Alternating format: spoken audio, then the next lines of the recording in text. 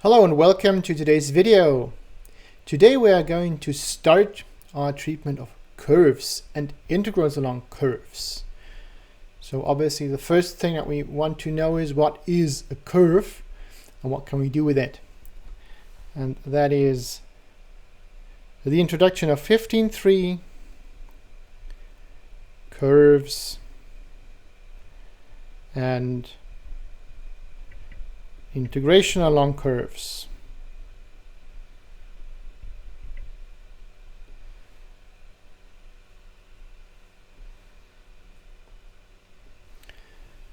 So first, what is the goal here? Why are we going to use things like curves and what is that? So what we want to do often in practice is we want to describe a path, a movement. For example, a movement of a person through a landscape. Imagine you're going hiking, you're going over some hills, some pretty steep landscape, and you want to know how much energy you spent along this hike.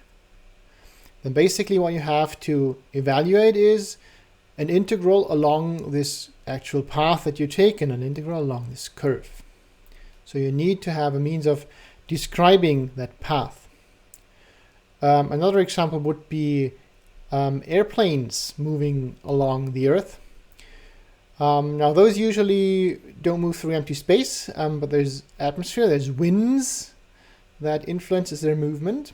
So you want to know the energy you have to spend on a certain flight along a given path in the presence of forces like wind. So on top of the path aspect, this also adds this outer field, and that is something we're also going to deal with in one of the next sections. And a third example from physics, you often need to describe the movement of particles, again through certain fields very often. Yeah? So a particle, that might be something simple like a ball that you throw up in the air and that then falls down. So that's a movement of that ball through the gravitational field. Or it could be something like the movement of an electron through an electric field or through a magnetic field that kind of steers this movement. So in general, what we want to do is we want to describe paths, movements in the plane, in 3D space, or more abstractly in higher dimensional space. And that is why we are going to use curves. So the goal here is to describe the movement of bodies or particles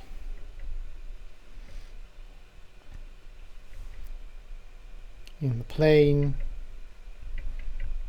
in 3D space, or even in higher dimensions.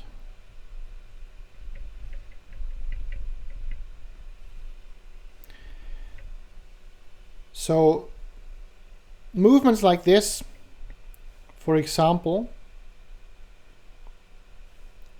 could look like the following. So let's say we have a plane, we have a particle that moves in the plane in the presence of some force field that forces it on, let's say, a circular path. So that could be a curve. Could also be something more complicated.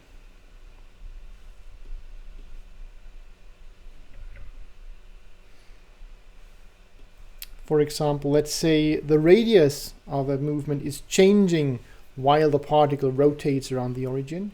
So you could have something like a spiral like this. That might also be a curve.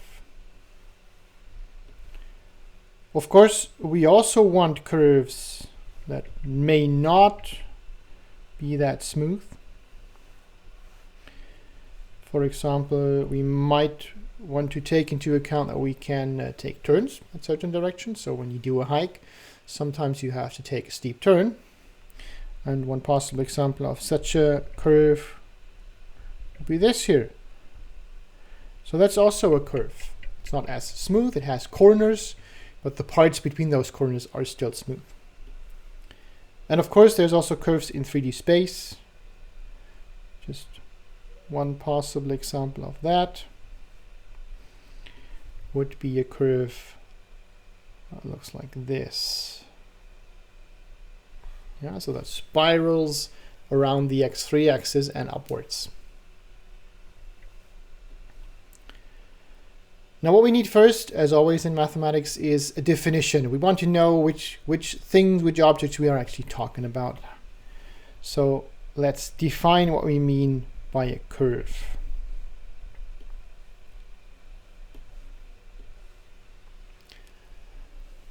When we call that precisely, a little more precisely, we'll call that a parameterized curve in R to the n.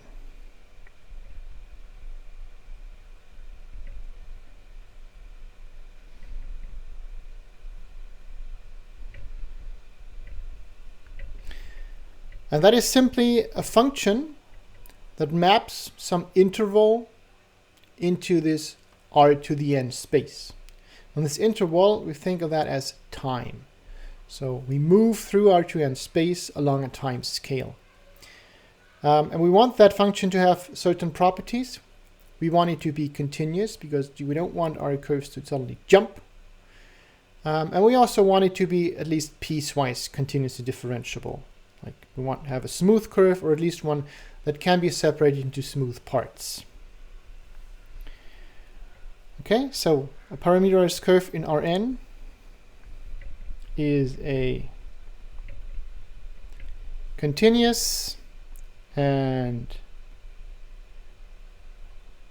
piecewise continuously differentiable mapping we'd often call a curve gamma, and it maps from an interval I to R to the n, where I is a subset of R, and more precisely an interval.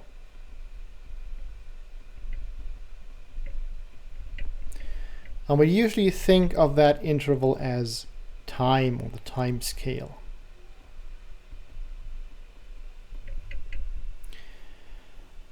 The curve itself is then the image or the graph of that function.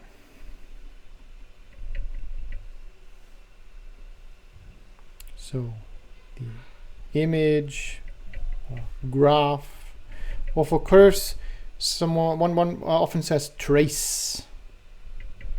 So trace is the same thing as a graph here of a curve gamma. And that, as usual, is simply the set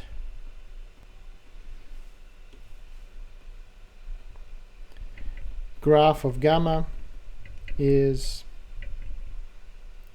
all gamma of t with t in the interval, in the domain that defines gamma. Okay, so that's what we mean by a curve. Now the curve is continuously differentiable, so of course we can differentiate it. Let's just add this. The meaning of this differential, what does that do? Well, the differential for a certain point in time is a vector, because what we do is we differentiate each of the components. So to visualize this, we'll usually just pin the vector to the corresponding point on the graph that corresponds to that time point. And we will see that this vector actually is a tangent to the curve at that point. Remember, the differential basically describes the change at a certain time. So this describes the change of movement. So that's the direction that the particle moves into at this current point in time. We'll have an example of that later on. What I want to point out right now is the length of this vector. That is an indication of how fast the particle moves here. So that's what's called the speed for a curve. Okay, so for a time t in I, where gamma is differentiable, we call the norm of that differential the speed, and we call the differential the tangent at the curve.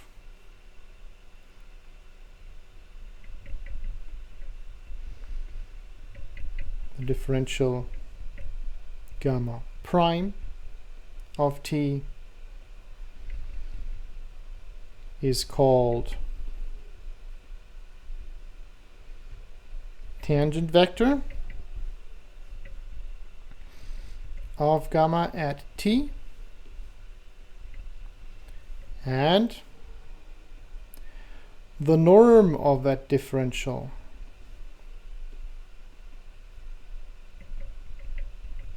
is called speed or velocity of gamma at t. And one more note for the notation. Instead of gamma prime, we often write gamma with a dot above it.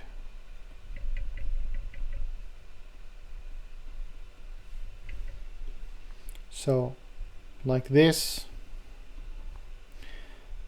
And that's just meant to be the differential gamma prime of t.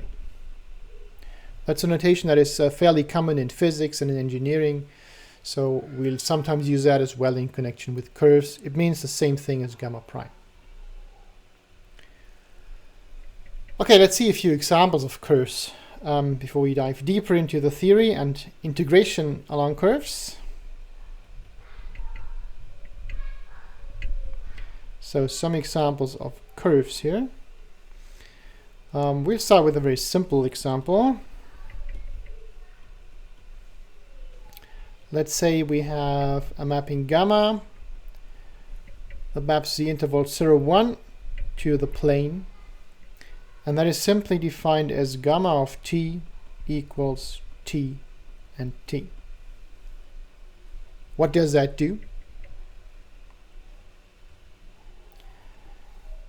Well, what it does is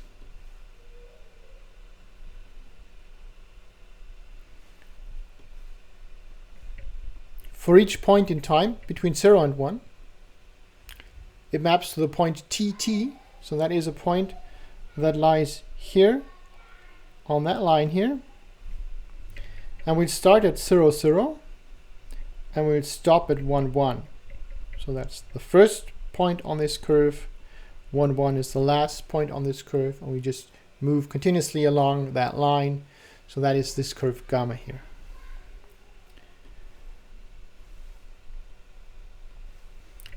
Of course, the graph of gamma is not a very good indication of how gamma exactly looks like. For example, if you wanted to describe that very same graph here, this line, you could also do this in a very different way. For example, you could take the interval from 0, 1 to r squared again, but define gamma instead as t squared. And of course, you get the very same graph as 1.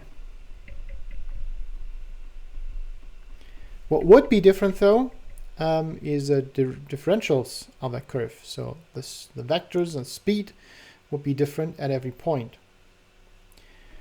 So the graph alone is not sufficient to actually know how your curve behaves. It's sufficient to know how the trace looks like, so how the path of that particle was, but it's not sufficient to know how fast and in which direction it moves in every point. Okay, so more examples. We've already seen the circle as an example of a curve. So of course we want to know how to describe that. So how do we actually describe that circle? Let's say we want to start here at t equals 0 and then move in this direction. And the easiest way to describe that circle is probably using trigonometric functions. So we're going to use gamma of t is cosine of t sine of t to describe that. And that means for t equals 0, we start at the point 1, 0. For t equals pi over 2, it's this point here. This here corresponds to pi, and this here corresponds to the time 3 pi over 2. And then at 2 pi, we're back at that same point where t is 0. So the interval that we need to describe the whole circle is from 0 to 2 pi. So that is the mapping that describes the circle. And of course, once we have that, we can easily describe spiral movements as well. So as an example of a spiral, take this here. So the mapping defined on the interval from 0 to infinity, r squared, defined as e to the minus t times cosine t sine t. So this e to the minus t, that is something like the radius, the local radius of that circle. So we change that radius while we move along. And the movement that we get here, this is now one that is spiraling in, right? So as we increase t, that e to the minus t is getting smaller and smaller. So the first point is actually at 0, t equals 0, that is e to the 0, that's 1. So we're starting here at 1, and that's for t equals 0. And then we start our circular movement, and at the same time the radius is getting smaller and smaller. So we are circling in on the origin like this. And this is a spiral that is known as the logarithmic spiral.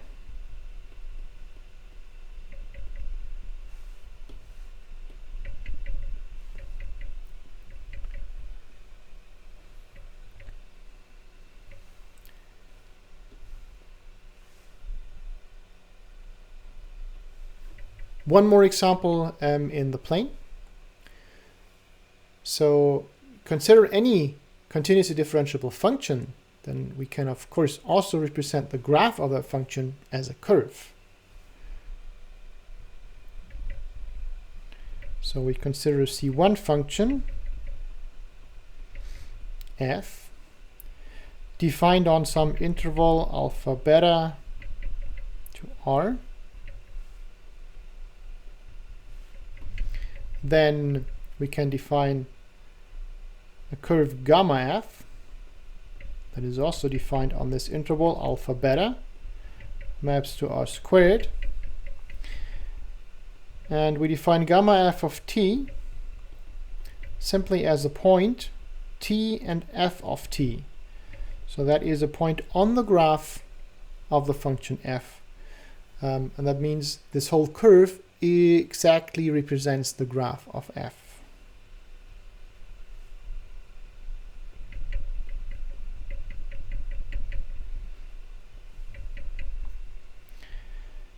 Okay, so this is the graph of S as a parameterized curve. So any function graph can, of course, be represented through a parameterized curve, but not vice versa. Obviously, this spiral here, for example, this is not the graph of a function, at least not the graph of a one-dimensional function. One final example in 3D space, so that you see how this works in 3D space as well. Let's have a look at how this function that spirals and increases the height at the same time, how this could be described as a curve. Now what we want again is a movement along a circle. So we somehow need this cosine t sine t for the x1, x2 coordinates. We want to repeat that circle as we move up. So we will start at 0, and then just move up to infinity.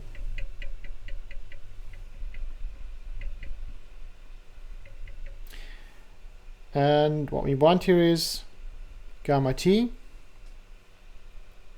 The first two coordinates we'll just describe as circular motion, cosine t, sine of t. And now at the same time, we want to increase our height vector. So while we move through this x1, x2 plane, we also want to move upwards. And we can just do that by adding a third coordinate as t. So we're starting in the x1, x2 plane, and then while we're moving in circles, we're also moving upwards. So this obviously is a helix. Okay, so with these examples of parameterized curves,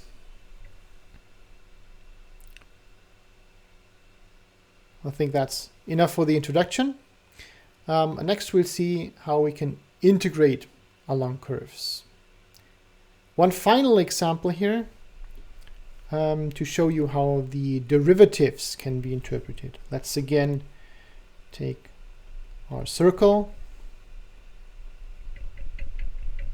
0 to 2 pi, gamma equals cosine t sine t.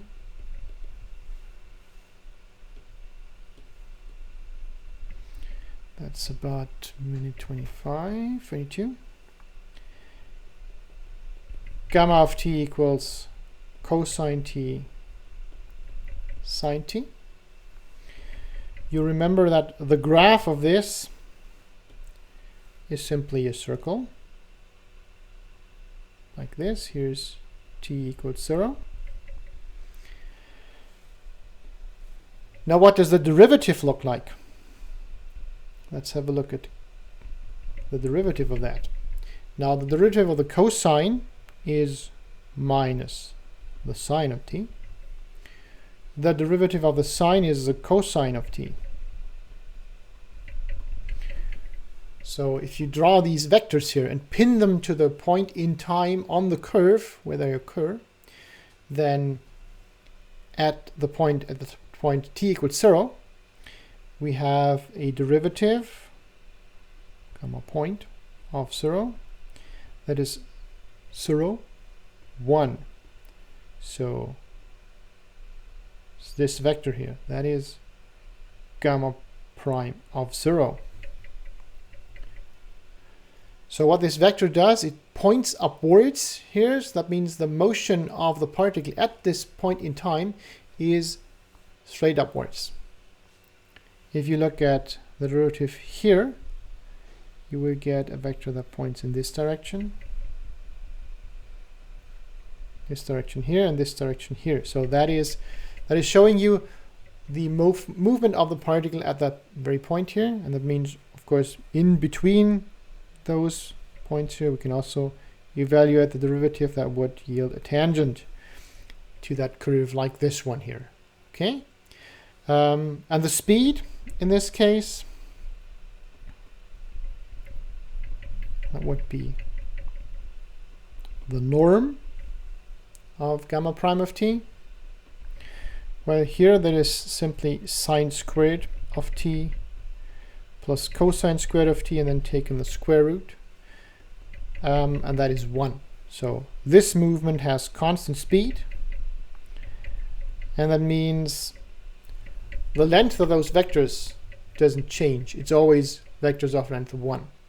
No change here. The direction does change, but the length does not change. So we have a movement along that circle with constant speed.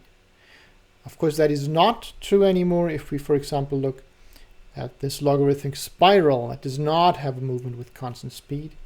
And also if we parameterize that circle in a different way, we can also influence the local speed. Okay, so that concludes the introduction on curves. Next, we'll have a look at how to integrate along curves. Thanks for your attention.